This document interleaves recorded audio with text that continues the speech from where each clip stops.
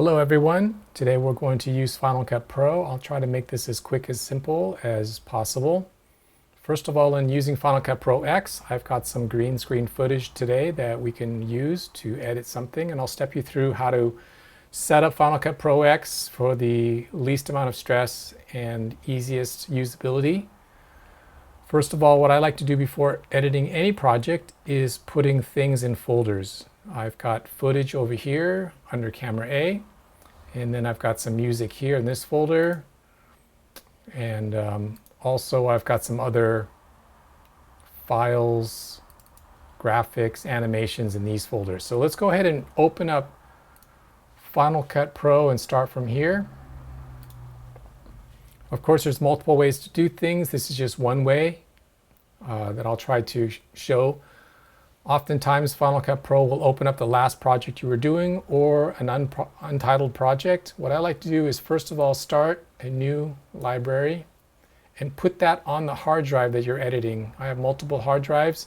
I typically edit on an SSD, put all the footage and material on an SSD, and then when the project's done, I transfer that to a slower hard drive, such as a spinning 3.5-inch older model hard drives, because you can get 8 and 10 terabyte drives for a low price, but SSDs are very expensive, but we really need them to use for editing because SSDs are, at least 4 times faster.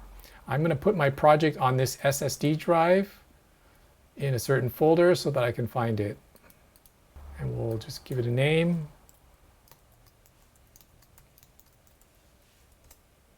Okay, so now you got 2 different projects. Let's go ahead and close this, quit out of the program.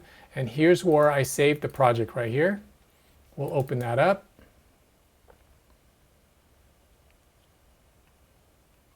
Because we've started a new library, it's giving us this edit now with the name that we've given it. And now we have an opportunity to put all our media into Final Cut Pro X. We'll just move this over. Okay, now we are going to go ahead and take our files and put them into Final Cut Pro X. Here is our camera footage. Here is our music.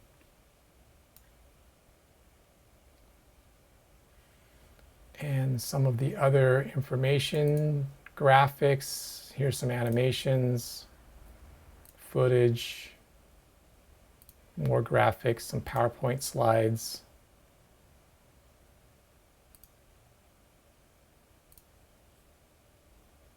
And some photographs. Let's put all these into Final Cut Pro.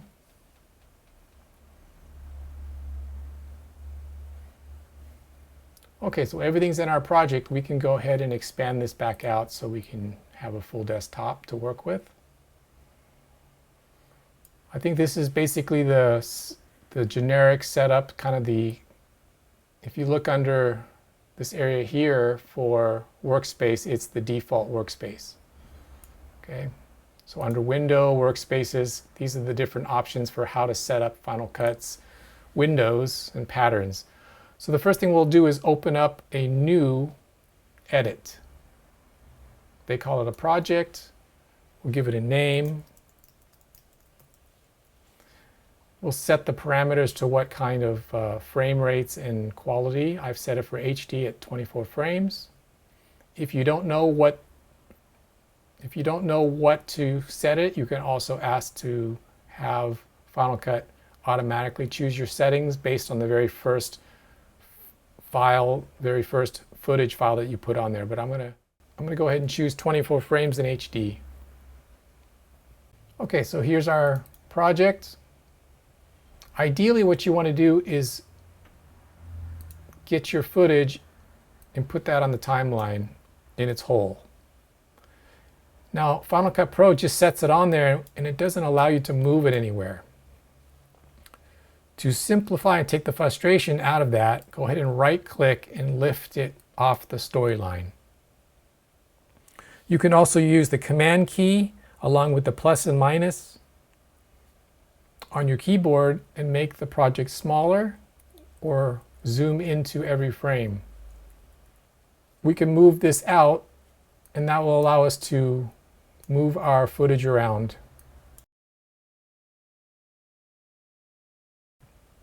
So the second thing we need to do is go ahead and do our color, sound adjustments, and chroma keying all right now on this single file. This is the entire presentation right here. It looks to be about 19 minutes long. By the time we edit all this, it'll probably be down to 10 or 12 minutes. There's a lot of segments here that need to be deleted and corrected and edited. But the first thing we want to do is check our color, brightness, and audio levels. So when I play this material, we're looking at the audio levels here, and they also show here. If you click on this area, it'll bring your audio levels to the side so you can look at them. All right, so we'll go to this browser window, and we're going to go down to Voice Options, and we're going to choose Voiceover Enhancement.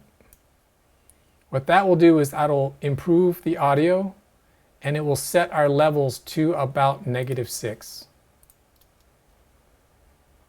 So right there, our levels went from 0 down to about -6.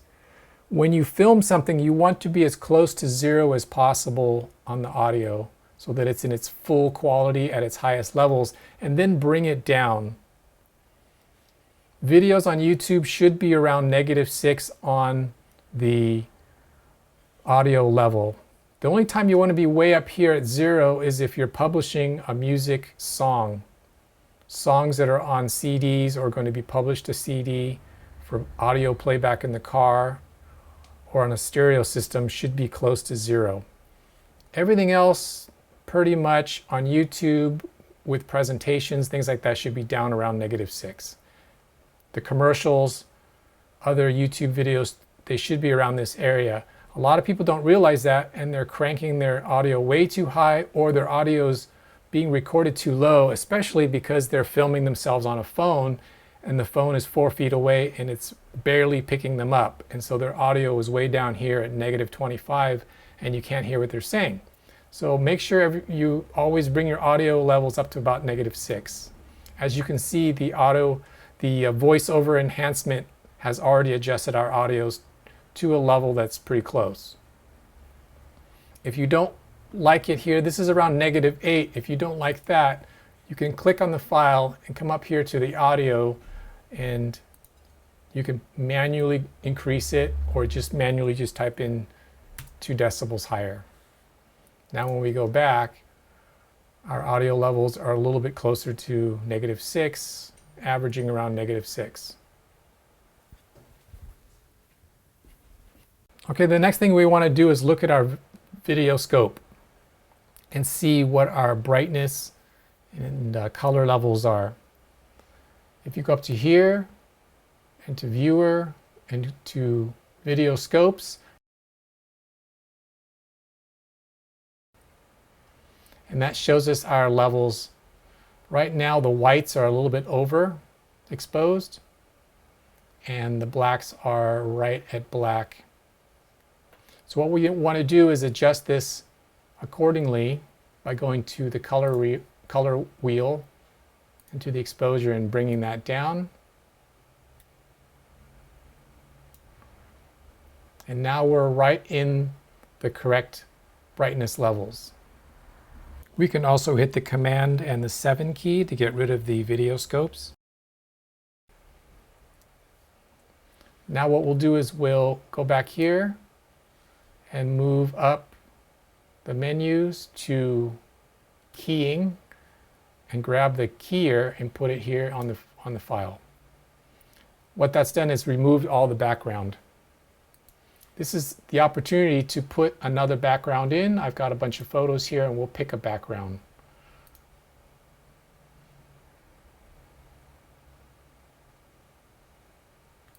Let's use the living room. We'll put that in here underneath. We can now hit the Command key and the plus or minus to zoom in or zoom out and expand this out. And we'll back out, zoom out a little bit.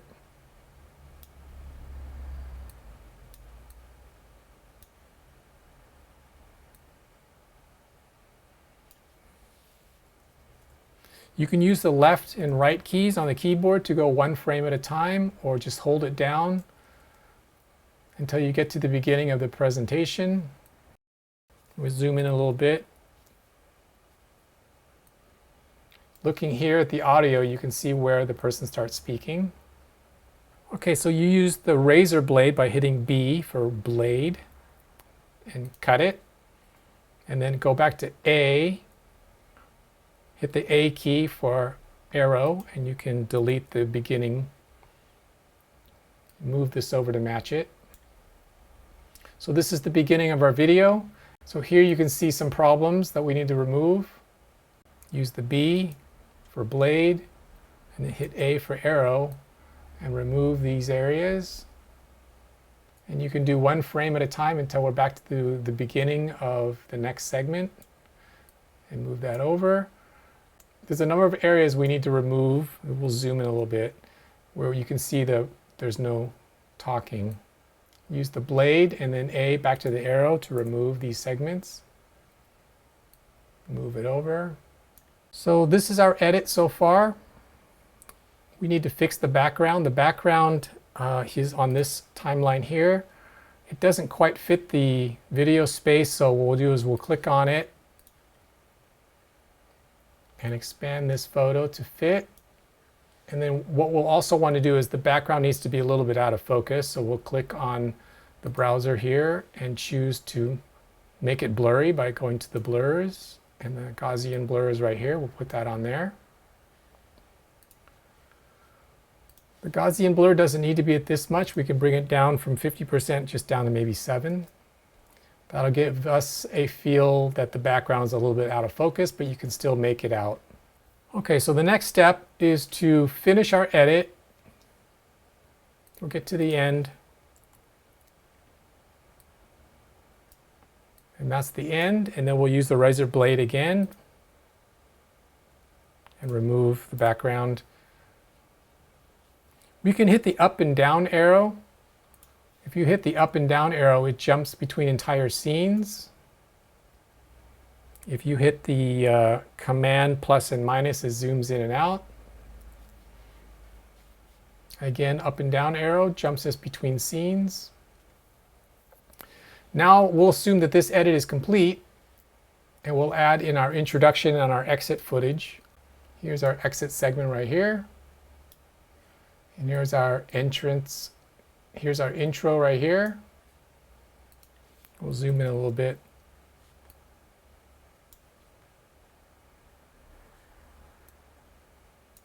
Now we'll use a razor blade and cut off the excess.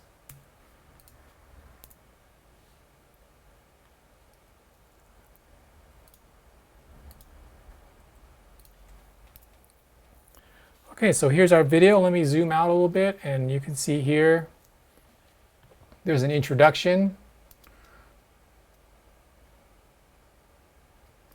and then it plays the footage, and then at the end we'll have the exit footage. And this will be our opportunity to put in all the other media.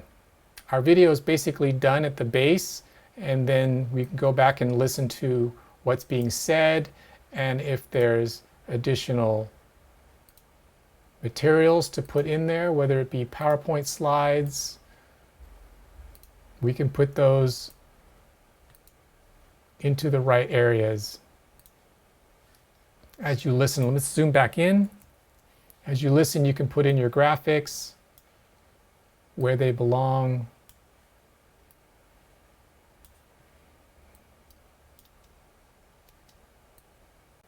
And then once all of your graphics are in, Final Cut Pro is going to render your video. It's rendering right now. As these dots move along, there's also a percentage task window here showing what's currently happening in the background. Once this goes all the way around and everything's rendered, the video will be ready to export. Okay, while Final Cut Pro is rendering, we can also add in our music.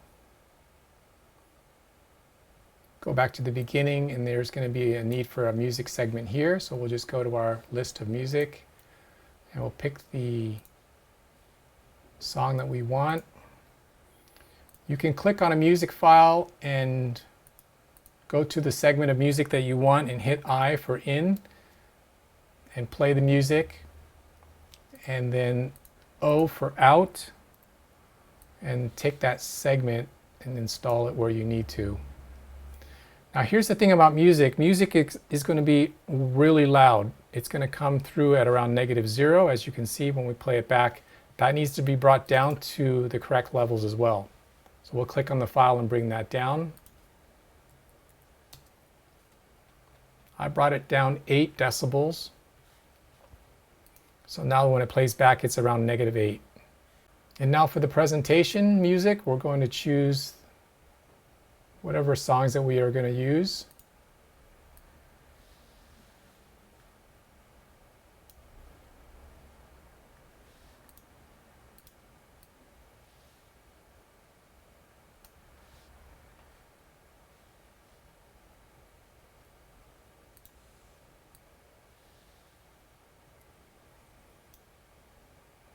All right, let's zoom out.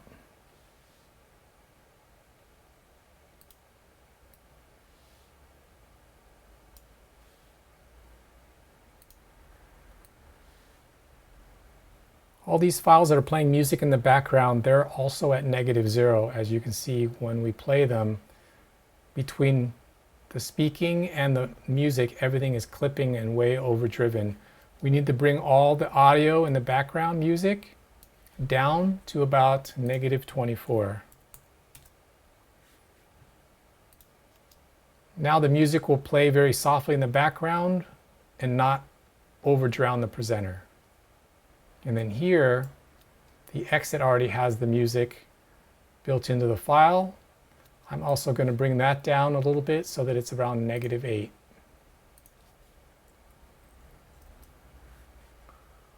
It was already at -6, so I'll just bring it down a little bit so it's down to about -8.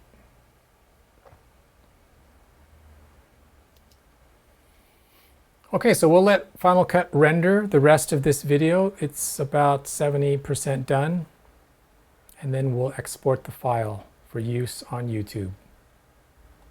Okay, so Final Cut Pro is just about done. So if you like my video, please hit the like button and subscribe. Ring the notification bell so that you can be updated with my next presentation. And I really appreciate that you joined me today. I hope you learned something from this, and I'll be releasing dozens of new videos regularly to learn about video production, lighting, cameras, editing, and anything you'd like to know so that you can grow your business. All right, now we can go ahead and export this file. We hit this button here in the top corner. We send it out as a master file. If you're just saving this as a full quality file to be kept long term, you'll want to probably save it ideally as a ProRes or ProRes HQ file. As you can see, the size of the file is pretty large, 15 gigabytes. And then you'll hit next and choose where to go. I'm just going to go ahead and save this as a H.264 file. You can see the file size is much smaller, and we'll save that onto our desktop. And that's what we'll use to upload to YouTube. The H.264 file will be very sharp and clean. It will also sound exceptional, and it will be much better than YouTube is actually compressing it even more. So we don't need to worry about quality. So H.264 is much higher quality than even YouTube's videos are being published at. So it's going to be more than enough bit rate to upload to their server. That pretty much concludes this video. Thank you so much for joining me, and I'll see you next time.